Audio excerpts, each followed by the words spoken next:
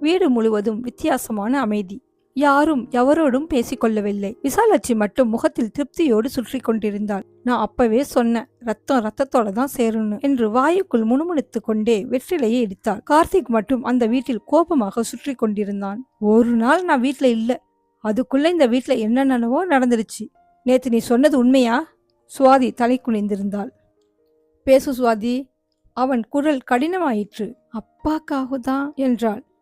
அப்பாக்காகனா? அப்பா என்ன உன்னை பழையிட சொன்னாரா? சுவாதியின் கண்கள் நிரம்பின. அண்ணா, உனக்கு வாழ்க்கை இருக்கு சுவாதி. அவன் குரல் உயர்ந்தது. இது சினிமா இல்ல, பின்னாடி வருத்தப்பட்டா திருத்திக்க முடியாது. அதே நேரம் கார்த்தி, ஆவுடையப்பனின் குரல். அவன் திரும்பினான். அவளை எதுவும் கேட்காத. அவரின் குரல் சோர்ந்து இருந்தது.